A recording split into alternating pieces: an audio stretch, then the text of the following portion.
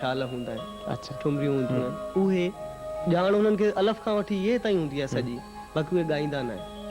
4 पंडित हूंदा आहिनि जेके नाइक बि हूंदा आहिनि ऐं गायक बि हूंदा आहिनि, यानी कि ॿिन्ही फननि में महारत हुई।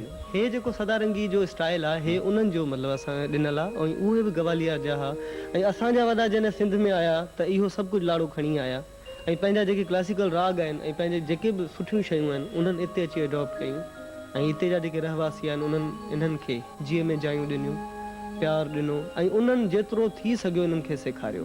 अच्छा, सदारंगी राग कॾहिं तव्हां ॻाइण जी कोशिशि कई? साईं सभु कुझु आहे अलाह जो। थोरो जेकॾहिं ॿुधाईंदो त असां जे हाज़रीन खे बि ख़बर पवंदी। यार वे रागिणी वे म्या मिलंदा सनासीनी वे म्या, दोस्त वे रागिणी वे म्या मिलंदा सनासीनी वे म्या, ओ वेड़ा से ॾाढी लाए लाए दोस्त वे रागिणी वे। इहो हिन जो हिकिड़ो स्टाइल आहे। असां हींअर तव्हांखे हिकिड़ो ॿियो गीत हिकु काफ़ी हनीफ़ लाशारी जी आवाज़ में ॿुधायूं था।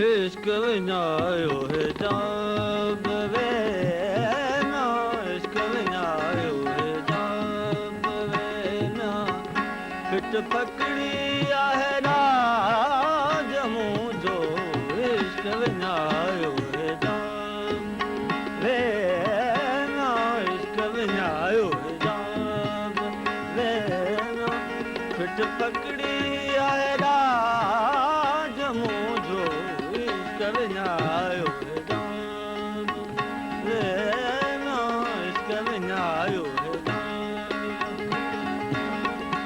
लक लंघी जॾहिं पार पियासे, लक लंघी जॾहिं धर धर धर धब मब मरदा पद धर धा पद धर धा पद धर धा पार पियासे, लक लंघी जॾहिं पार पियासे, मुल्क उन्हई ते वञी पहुतासे जिते कोने को दो सवाब वे ना, कोने को दो सवाब वे ना, अर्श उतारो मागमू जो, इश्क विञायो है जाब वे ना, इश्क विञायो है जाब वे ना, फिट पकड़ी है ना जमू जो, इश्क विञायो है जाब।